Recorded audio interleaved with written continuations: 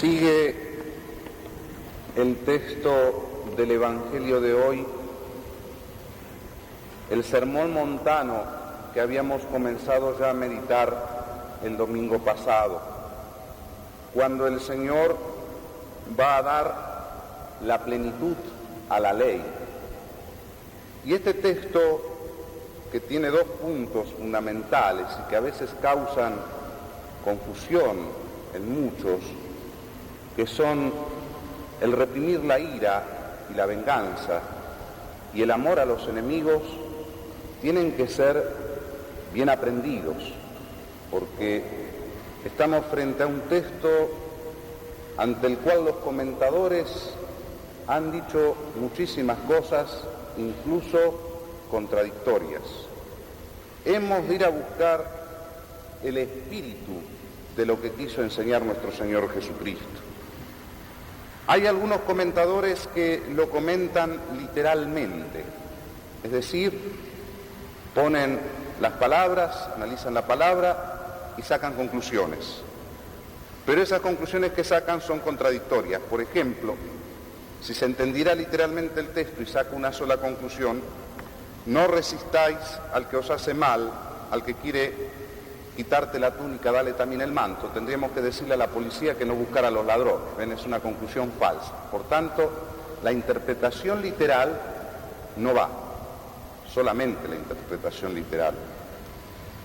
Otros espiritualizan el texto de tal modo que le quitan todo su contenido. Y pasa como en el mismo caso anterior. Cuando sacan las conclusiones, son contradictorias las conclusiones, entonces tampoco es el modo. ¿Y cuál es el modo entonces? Cuando hay textos difíciles, hay que ir y contemplar lo que hizo nuestro Señor Jesucristo y lo que hicieron sus apóstoles. Ellos son los príncipes de la teología, los que estuvieron más cerca del farol de esa luz que fue Cristo. Por eso ellos vieron con más claridad que nosotros, aunque nosotros a través de la historia podamos ver con más profundidad. Ellos vieron con más claridad. Quiere decir entonces que, teniendo en cuenta la enseñanza del Evangelio de hoy, hay que interpretar en lo que se dice y ver lo que hizo nuestro Señor Jesucristo y lo que hicieron los apóstoles. Entonces vamos a tener el espíritu que vivifica y no la letra que mata. Habéis oído que se dijo a los antiguos: ojo por ojo y diente por diente. Fíjense que esta es la famosa ley del talión, la ley de la venganza.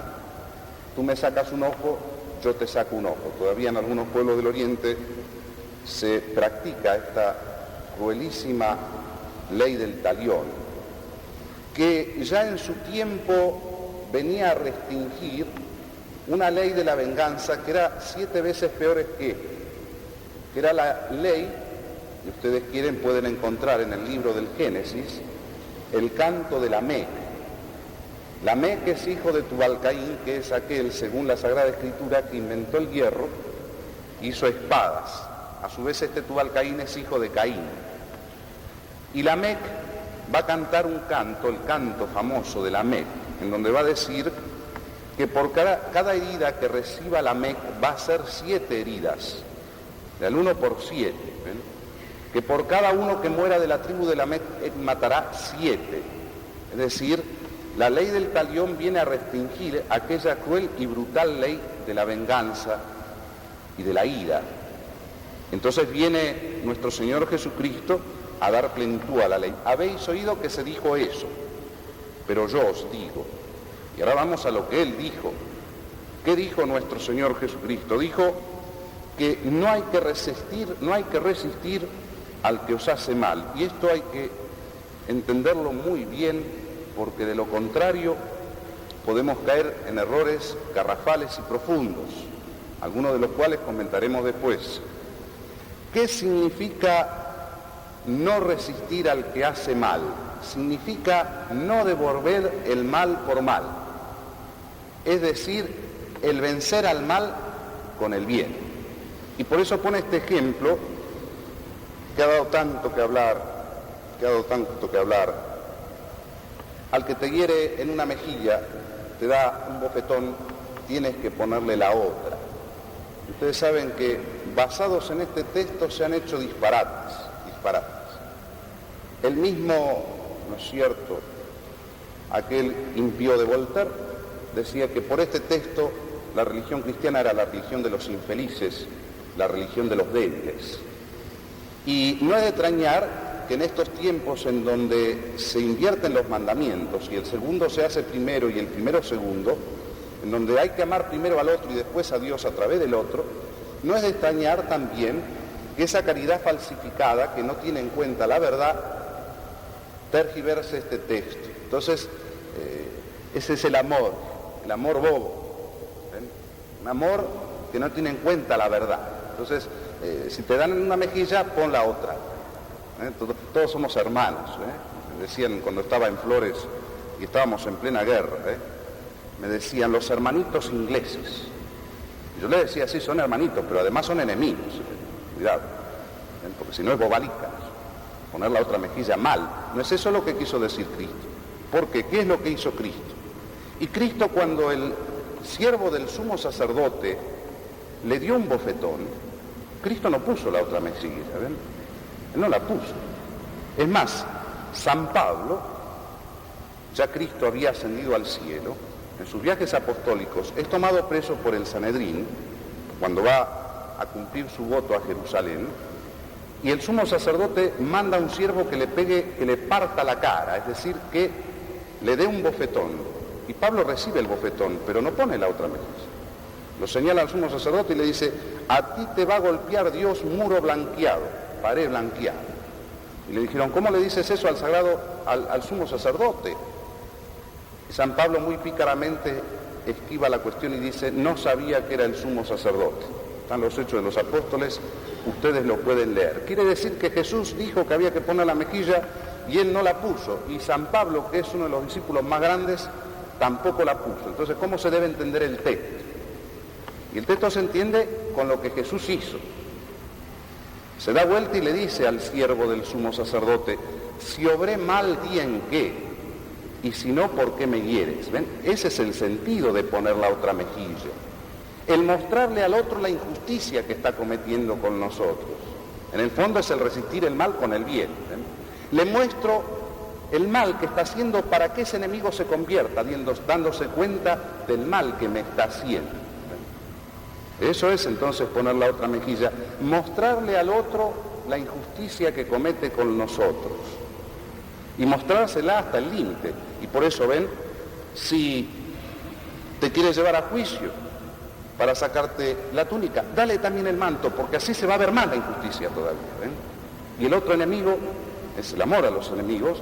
El otro enemigo va a tratar de convertirse, al menos le estás mostrando la injusticia que cometió, no resistir el mal, sino vencer el mal con el bien, mostrar la injusticia. ¿Cómo se mostró la suprema injusticia allá en la cumbre del Calvario? Se mostró, y no la pueden ocultar, no la ocultarán los siglos. Era la suprema porque era el Verbo de Dios hecho carne, crucificado injustamente. Mostró, ¿y qué estaba haciendo? Venciendo el mal con el bien. Estaba redimiéndonos a nosotros, ¿no es cierto?, comprándonos con su sangre y al mismo tiempo perdonando a sus enemigos. Entonces, el cristiano no es bobo, ni el cristianismo es bobalicón. Es decir, que cualquiera que es enemigo mío, yo tengo que dejarle hacer lo que él quiera, ¿no? Tengo que mostrarle la injusticia que está cometiendo conmigo. Durante 10 años, Catalina de Siena atendió a un leproso que diariamente la insultaba y pudo más su amor. Ella venció ese mal con el bien. Al cabo de 10 años, aquel hombre se convirtió, viendo el testimonio, viendo esa caridad acerada, ese fuego del Espíritu Santo que no se puede resistir.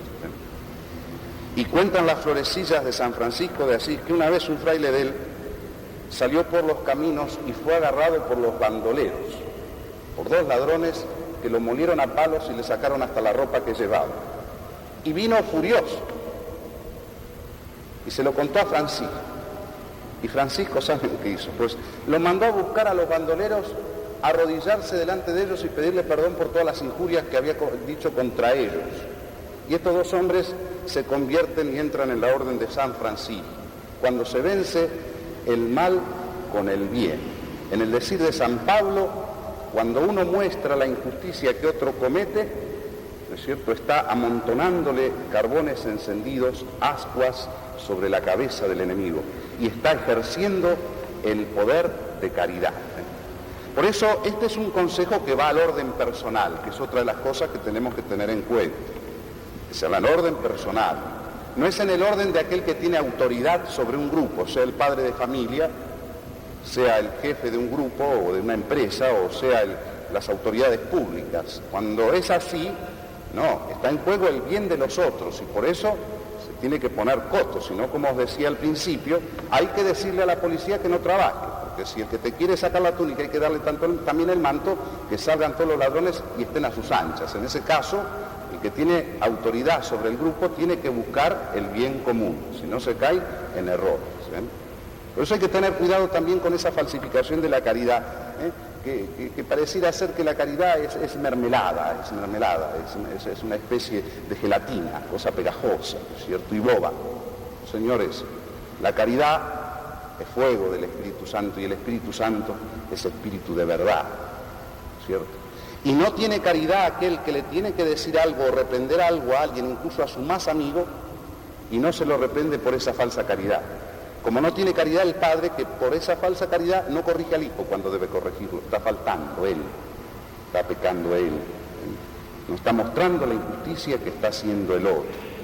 Así que a aprender bien, cuando te dan un bofetón en una mejilla, muéstrale la injusticia que está haciendo el otro, para que el otro viéndola se arrepienta y deje de ser de enemigo, amigo. Y padre, ¿qué tenemos que hacer? Porque enemigos tenemos todos. Eso es imposible, es inevitable. Habrá enemigos por diversos motivos, pero hay enemigos. La razón fundamental es porque el cristiano no ha de ser del mundo, porque si el mundo lo alabara sería del mundo. Y Cristo nos avisó que íbamos a tener que soportar calumnias, persecuciones, detracciones por su nombre y por su causa. ¿Y qué es lo que hay que hacer? Hay que demostrar. Te calumnia, pues vive de tal modo que muestres que esa calumnia es mentira, porque cuanto más grande es la mentira, es más débil. Y así en todo lo demás. Ese es el consejo. Ese es en el fondo el ser perfectos como el Padre Celestial es perfecto. Cristo le señaló a aquel siervo: si obré mal, di en qué, y si no, ¿por qué me hieres? Y otras veces a los judíos les dijo: ¿por cuál buena obra me apedreáis? Le estaba mostrando las injusticias que cometían con él por la envidia, ¿no es cierto? Por la envidia, como nos enseña San Pedro. Y viene el segundo punto que se desprende de este: el amor a los enemigos. ¿Cuál es la razón para amar al enemigo? Eso, lo primero que hay que tener claro hoy día. La única razón por la cual tenemos que amar al enemigo es Dios, porque todos los hombres son imagen de Dios, y es la misma razón de la caridad. Y así como cuando amo a Dios, amo todo lo que es de Dios, amo todo lo que es imagen de Dios. ¿Ven? Y entonces el enemigo también es imagen de Dios. Si yo saco a la caridad el poste vertical y transformo la caridad en una cosa horizontal, no tengo razón de amar a los enemigos. La razón está en Dios. No amar en ellos el pecado, no amar en ellos lo que lo hace mi enemigo, que es justamente el pecado, y que es lo que desfigura en ellos la imagen de Dios. Si lo amo, tendré que hacer todo lo que pueda para quitarle esa fealdad, ese pecado que lo hace enemigo de Dios y por tanto enemigo mío, o por ser enemigo mío lo hace enemigo de Dios. ¿Ven? La razón es Dios, el amor a los enemigos. ¿Y a qué estamos obligados, Padre? ¿A que Él me hizo una judiada y tengo que perdonarlo y olvidarme de todo? No, dice Santo Tomás, no. Estamos en primer lugar obligados a rezar por ellos, para que Dios quite la fealdad, eso que es el pecado, y que nosotros no podemos amar tampoco, porque Dios no lo ama. Hemos de orar en primer lugar y hemos de perdonar en el corazón. Jesucristo en la suprema injusticia dijo: perdónalos, Padre, porque no saben lo que hacen. Los perdonó y los excusó. Entonces 3 pasos. Reconocer enemigo. Que fulano tal es enemigo. Al pan, pan y al vino, vino. Después de reconocerle, perdonar en el corazón. Perdonar. Y en tercer lugar, en el ser perfectos, excusar. No saben lo que hacen como hizo Cristo. Y Juan nos va a decir que el secreto no está en que nosotros lo hayamos amado a Él, sino que Él nos amó primero y nos amó cuando éramos enemigos. Y murió en la cruz para quitar de nosotros aquello que nos hacía enemigos del Padre, nos reconcilió con el Padre y con los demás hombres. ¿Ven? Por tanto, reconocer, rezar y perdonar. A eso estamos obligados. Lo cual no quiere decir que lo volvamos a aquel que era amigo y se hizo enemigo, a la antigua amistad. A eso no estamos obligados. Fulano de tal me hizo una judiada y bueno, me la hizo. Yo le perdoné. Pero cuidado. El amor al enemigo a veces hace que no me acerque. Si yo sé que fulano de tal es enemigo mío y me pongo delante de él y me va a injuriar, más vale, ¿no es cierto?, perdonar en el corazón, pero no ponerlo en ocasión de que peque más. Ese es el amor al enemigo. Como vuestro Padre que está en los cielos. El amor a los enemigos es la novedad última del Nuevo Testamento. Habéis oído que se dijo, amarás al amigo y odiarás a tu enemigo. Y yo os digo, amad a vuestros enemigos. ¿Cómo tenemos que hacer para amarlos? Y tratar de quitarle aquello que los hace enemigos. Por eso hemos de orar, hemos de perdonar de corazón, como dice el Padre nuestro. Perdónanos como nosotros perdonamos a nuestros deudores, así como nosotros perdonamos a nuestros deudores. Es más, el confesor, cuando alguien no perdona, no puede absolver. Y distingo para que no vaya a haber escrúpulos. Yo puedo sentir rencor. ¿Sí? Aquel que me doy cuenta que por ahí, en algún caso de la historia, Sabado mató a la madre y el otro lo encuentra y siente rencor, lo siente. Pero una cosa es sentir y otra es consentir. Qué difícil se nos hace a los grandes perdonar, queridos, porque nos olvidamos que es mejor 1000 veces sufrir una injusticia que cometerla. Por eso entonces puedo sentir, tengo que sobreponerme a ese sentimiento, rechazar ese sentimiento y orar por aquel que me persigue. El Crisóstomo va a decir que cuando oramos por nuestros enemigos, los desarmamos. Es decir, todo el mal que ellos nos quieren hacer, Dios lo transforma en bien nuestro. Todo el mal que ellos nos quieren hacer. Estamos muy agarrados a la fama y al honor y nos calumnian. Y sí, es duro, es amarga ahí la calumnia cuando se siente, ¿no es cierto? Pero, ¿qué hace Dios? Lo transforma en nosotros en virtud si nos ponemos en sus manos. Con su infinito poder saca de ese mal bien y hace que nos desapeguemos de esa fama, que nos acostumbremos a estar dispuestos incluso hasta dar la vida por el Señor. Él saca del bien mal. No por esto tenemos que hacer mal para que Él saque bien. No es así, sería falsa interpretación. Es su infinito poder. ¿Para qué, Padre?